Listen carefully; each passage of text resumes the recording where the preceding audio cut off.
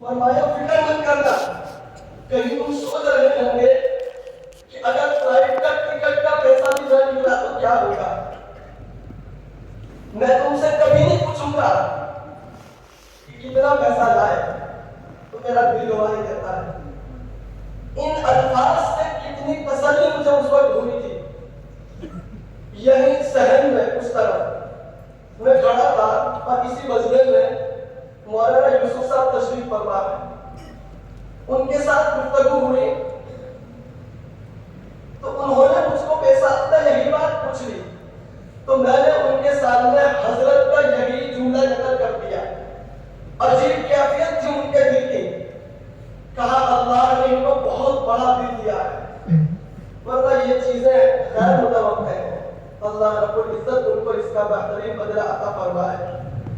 تو فرمایا کہ مایوس نہ ہونا، اگر ایک پیسہ بھی آپ لے کر نہیں آؤ گے میں تم کو نہیں پوچھوں گا۔ جب سے میں 8 سال سے مسلسل جا رہا ہوں، جب بھی میں فون کرتا ہوں ان سے بات کرنے کے لیے، کبھی یہ نہیں پوچھتے کہ کتنا کام ہوا، کبھی نہیں پوچھا، میرا دل گواہی دیتا ہے، اللہ کے گھر میں تھا، اللہ حضرت کو اس کا بہترین بدلہ عطا فرمائے۔ سب سے پہلی جو بات ان کی زبان سے نکلتی وہ یہی نکلتی، اپنی طبیعت کا خیال رکھنا، ٹھنڈ بہت ہے، اپنے آپ کو سنبھالنا، اور پھر ایک جملہ ارشاد فرمایا کرتے تھے، اگر ایک جگہ سے نہیں ملے گا اللہ دوسری جگہ سے عطا کر دے گا۔ حضرت والا کے نزدیک گویا نتیجہ انسان کے ہاتھ میں نہیں تھا، وہ یہ سمجھتے تھے، یقین کرتے تھے نتیجہ تو اللہ کے ہاتھ میں۔ خیر وقت بہت قلیل ہے، باتیں بڑی طویل ہیں، انشاءاللہ پھر کسی موقع پر درس کریں گے۔ اللہ رب العزت سے دعا ہے، ایک بات بتاتا چلوں، یہ شرط اللہ رب العزت نے ہم کو عطا فرمایا کہ اس جامعہ کے اولین فارغین میں سے ہم کو بنایا۔ میرے ساتھیوں کی بھی تمنا تھی، میں ان سب کی طرف سے حضرت مرحوم رحمۃ اللہ تعالی علیہ کے لیے دعا ہوں، ان کی شفقتوں کا شکر گزار ہوں، اللہ رب العزت انہیں کروٹ کروٹ سکون عطا فرمائے، ان کے درجات کو بلند فرمائے۔ اور مجھے یقین ہے ان الذین قالوا ربنا اللہ ثم استقاموا تتنزل علیہم الملائکہ الا تخافوا ولا تحزنوا وابشروا بالجنة التي كنتم توعدون نحن اولیاؤکم فی الحیاة الدنیا وفی الآخرہ ولکم فیہا ما تشتہی انفسکم ولکم فیہا ما تدعون نزلا من غفور الرحیم کی بشارتیں اللہ کے فرشتوں نے ان کو دے دی ہوگی۔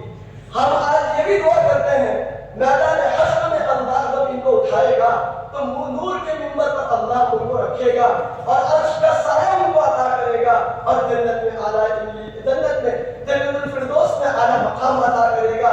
قلبی دعا یہ ہے اللہ جامع کوثر امام الانبیاء والمرسلین صلی اللہ علیہ وسلم کے ہاتھوں ان کو عطا کرے گا۔ مفتی محمد صاحب بسم اللہ الرحمن نائب قاضی استاد جامعہ اسلامیہ تعلیم زندہ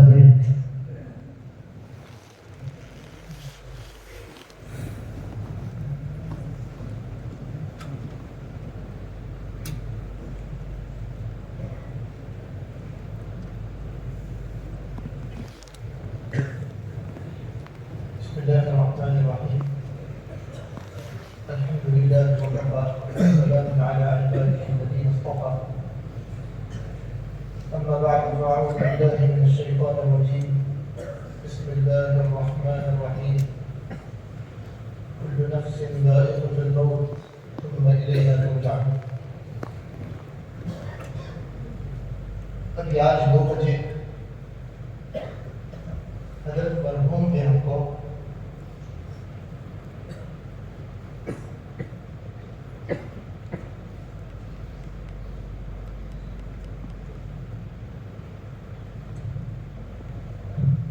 تاکہ مفارقت کیے ہوئے بعد کچھ بندے پورے ہو رہے ہیں، زخم ابھی بالکل ہرا اور درد بالکل تازہ ہے۔ مجھے مجھے نہیں پتا میں اپنے احساسات آپ حضرات کے سامنے پیش کر سکتا ہوں یا نہیں۔ حضرت مرحوم کو اللہ تبارک و تعالیٰ نے جن بے پناہ خوبیوں سے نوازا تھا، ان کی تفصیلات انشاءاللہ مختلف شکلوں میں ہمارے سامنے آتی رہے۔ ہم صرف سرسری طور پر دیکھیں تو مرحوم کی گناہ و صفات و کمالات کی لمبی فہرست ہے۔ صرف ان کے عناوین ہی ہم سے کئی صفحے طلب کرنے میں کافی ہے۔ مضبوط قوت ارادی اللہ تبارک و تعالیٰ نے وہ عطا فرمائی تھی کہ شاید و باید بے پناہ جرأت و ہمت، حکمت عملی، بیدار مرضی، تیقظ و تدبر، رائے کی اصابت و درستگی، مردم شناسی، رجال سازی، اپنے کام کی دھن، اپنے مدرسے سے خصوصی لگاؤ، غربا پروری، مہمان نوازی، رحم دلی، ملنسائی، اپنے ارادوں اور منصوبوں میں چٹان سی مضبوطی، یہ وہ اہم عناوین ہیں جو مرحوم کی زندگی کو اللہ تبارک و تعالیٰ نے ان سے بھر کر کے دیا تھا۔ ان میں سے اکثر باتوں کا تعلق ہمارے عام لوگوں سے ہوتا ہے جن کا لوگوں کو بھی پتہ اور ادراک ہوتے رہتا ہے۔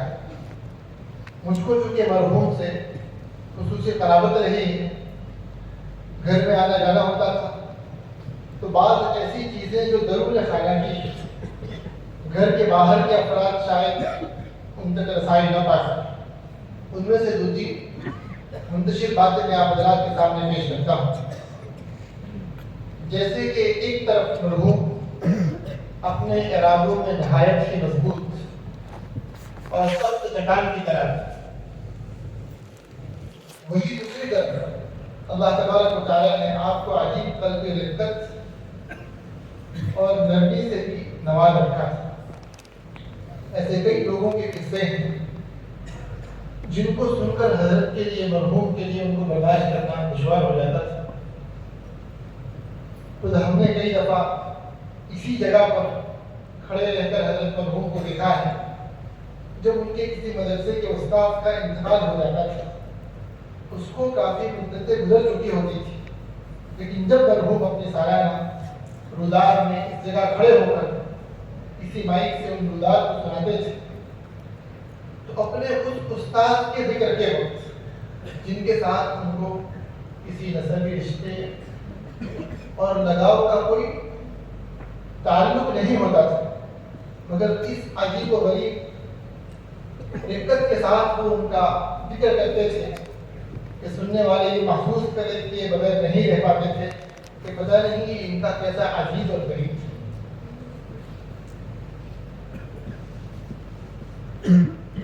حضرت نے بہت سالوں پہلے، کئی سالوں پہلے ایک اہم عنوان ان کی زندگی کا انتہا کی سادگی، ان کے ذریعے اللہ تبارک و تعالیٰ نے اتنے بڑے بڑے کام کروائے، بڑی بڑی چیزیں ایجاد ہوئی، بڑے منصوبے پائے تکمیل کو پہنچائے، مگر ان کی گھریلو زندگی کی جو سادگی تھی وہ بھی بہت عجیب اور بے نمود تھی۔ آپ آج بھی جا کر کے ان کے گھر کا حال دیکھیں، ابھی چند دنوں پہلے کی بات، ان کے گھر کے آگے کے کمرے کا حال آپ دیکھیں، ہمارے معاشرے کے نارمل آدمی، ایک معمولی آدمی کے گھر کا جو بیٹھک کا کمرہ ہوتا ہے وہ بھی کچھ نہ کچھ ضرورت بنا سمرا ہوتا ہے کہ مہمانوں کا استقبال کر سکیں، مہمانوں کو احساس ہو کہ ہمیں پروٹوکول کیا جا رہا ہے، ہمیں اعزاز بخشا جا رہا ہے۔ آپ جا کر کے دیکھیں ان کے گھر کے پہلے کمرے کا کیا ہے، مرحوم کا جس کمرے میں سونا ہوتا تھا، اللہ اکبر، صحیح میں ہم اندازہ نہیں لگا سکتے کہ اس طرح کے کمرے میں ہم کتنی مدت مزید تک کیسے پڑے رہے۔ کمرے میں سوائے چارپائی کے ایک مسلح بچھانے کی جگہ کے علاوہ ضعیف جگہ ہے، اور مدت سے اسی حالت کے اندر اپنی زندگی بسر کریں، کبھی اپنے لیے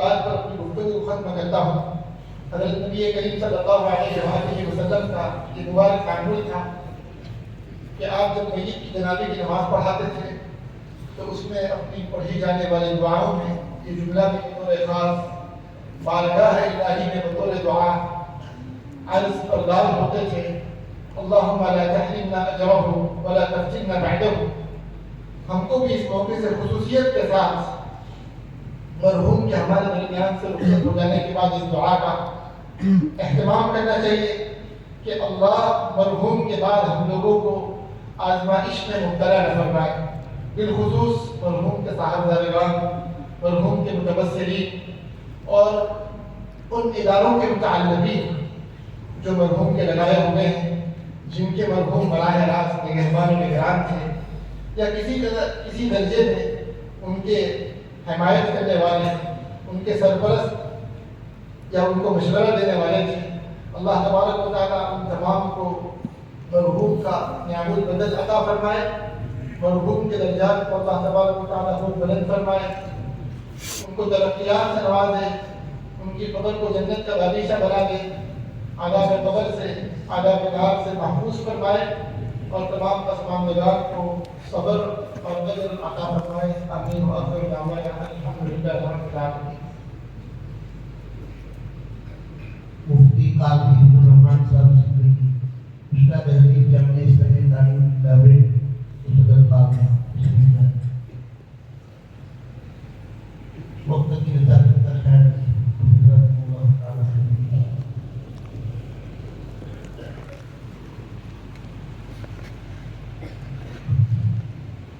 بسم اللہ الرحمن الرحیم. نحمدہ ونصلی علی رسولہ الکریم اما بعد. حضرات علماء کرام اور عزیز طلبہ، اس دنیا میں کوئی رہنے کے لیے نہیں آیا ہے، جو بھی آتا ہے وہ جانے ہی کے لیے آیا ہے. اللہ تبارک و تعالیٰ نے حضرت قاری صاحب مرحوم کی عمر کو ہمارے بیچ جب تک مقدر رکھا، اللہ نے ان کا سایہ ہمارے بیچ قائم رکھا. جب اللہ کو منظور ہوا اس نے اپنے بندے کو بلا دیا.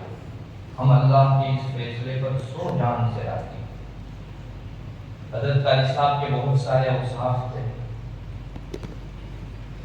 بہت بنیادی چیز ایک یہ بھی تھی کہ حضرت میں ہمت اور حوصلہ بہت بلند تھا. بیک وقت اتنے سارے کاموں کو اپنے سر پر لینا، شروع کرنا اور رننگ پر رکھنا کوئی آسان کام نہیں ہے. جو حضرات اس میں براہ راست لگے ہوئے ہیں وہ حضرات ذاتی طور پر اس بات کو جانتے ہوں گے کہ یہ بہت جگر گردے کی چیز ہے. ہمیں ان سب چیزوں سے اپنی زندگی کے اندر سبق لینا چاہیے. ہمت اور حوصلے کے بغیر انسان کامیاب قدم آگے نہیں بڑھا سکتا. پھر ایک چیز یہ بھی دیکھیں گے کہ ان کے شروع کیے ہوئے کاموں میں اللہ تعالیٰ کی مدد بہت تھی.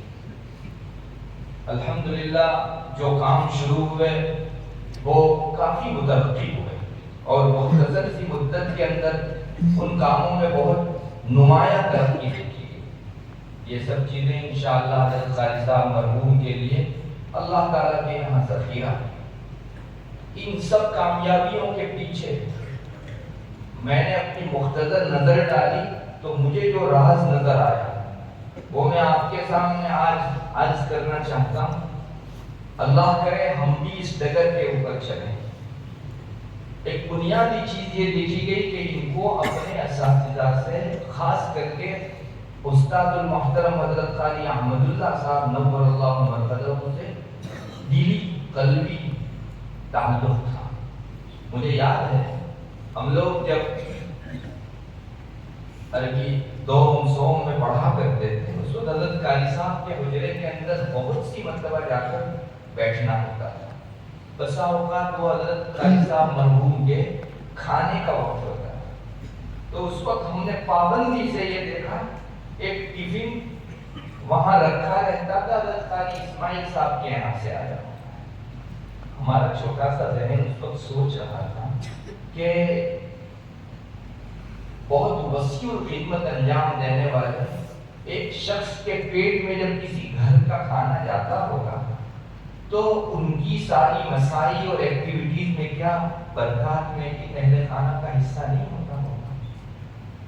چھوٹا سا ذہن اس وقت سوچتا تھا. اور آج جو ہے ہم مجموعی حیثیت سے دیکھتے ہیں تو قاری اسماعیل صاحب مرحوم کی جس قدر مسائی ہے ان میں حضرت کی دعائیں اور ان کی توجہات اور ایک شاگرد کی اپنے استاذ کے ساتھ والہانہ جو تعلق کی چیز تھی وہی کار فرما نظر آتی ہے. حضرت قاری صاحب مرحوم قاری احمد اللہ صاحب نور اللہ مرقدہ کے ساتھ ان کا تعلق بہت قریب کا تھا اور قاری اسماعیل صاحب کے ساتھ ہم کو زیادہ اٹھنے بیٹھنے کا جو اتفاق ہوا وہ جامعہ تعلیم الدین کی مجلس شورا کے اندر ان کے ساتھ بیٹھنے کا اتفاق ہوا. تعلیمی شورا میں بسا اوقات حضرت قاری صاحب مرحوم بھی ہوتے تھے, قاری اسماعیل صاحب بھی ہوتے تھے. بہت غور سے ہم نے دیکھا ایک چیز بڑی نوٹ کی کہ اپنے استاذ کے سامنے بہت متعدد بیٹھتے تھے اور کبھی میں نے نہیں دیکھا 5, 6, 7 سال کا عرصہ حضرت قاری صاحب کے ساتھ دونوں قاری صاحب کے ساتھ گزرا ہے کبھی اپنے استاذ کی رائے کاٹی ہوں. جبکہ میں ذاتی طور پر جانتا ہوں کہ انہیں بعض امور میں اختلاف تھا جس کا اظہار اس طرح ہوا کہ حضرت قاری احمد اللہ صاحب نور اللہ مرقدہ کی جب وفات ہو گئی اس کے بعد کی جو تعلیمی شورا ہوئی تو اس میں قاری اسماعیل صاحب نے اپنے ان اختلاف رائے کہایا ہے اور اتنا بڑھایا ہے کہ وہ محیر العقول امور میں سے ہو. اللہ تبارک و تعالی مرحوم کی جو خوبیاں تھی ہمیں اپنے اندر اپنانے کی توفیق عطا فرمائے. میں اس موقع کے اوپر ہمارے مربی محترم حضرت مفتی عباس صاحب دامت برکاتہم کی خدمت میں اور ان کے صاحبزادگان ہمارے بھائیوں کی خدمت میں صمیم قلب سے تعزیت پیش کرتا ہوں. ان کے اہل خانہ کے ساتھ مضمون تعزیت کا معاملہ کرتا ہوں. اللہ تبارک و تعالیٰ سب کے دلوں کو ٹھنڈا رکھے, حضرت مرحوم کی بال بال مغفرت فرمائے اور خاص دعا ہے ہمارے ان بھائیوں کو, مولانا یوسف ہیں, ان کے بھائی ہیں اور دیگر حضرات ہیں, ان سب حضرات کو اللہ تبارک و تعالیٰ ہمت اور حوصلے سے اس نیا کو مزید آگے لے جانے کی توفیق عطا فرمائے. نہج قویم پر باقی رکھے. یہاں کے اساتذہ, یہاں کے طلبہ اور حضرت کے جو بھی متوسلین تھے ان سب کی خدمت میں بھی مصنون تعزیت پیش کرتا ہوں. اللہ تبارک و تعالیٰ ہم سب کو بھی اپنے دین کی خدمت میں لگائے رکھے اور وقت پر بہترین موت عطا فرمائے. وآخر دعوانا مفتی نبی عالم صاحب قاسمی جی کو استاد حدیث و افتاء جامعہ حاضر.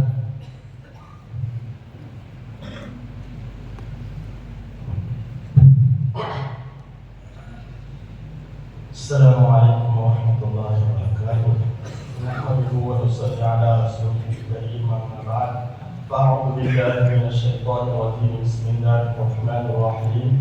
اذا جاء نصر الله والفتح ورأيت الناس يدخلون في دين الله افواجا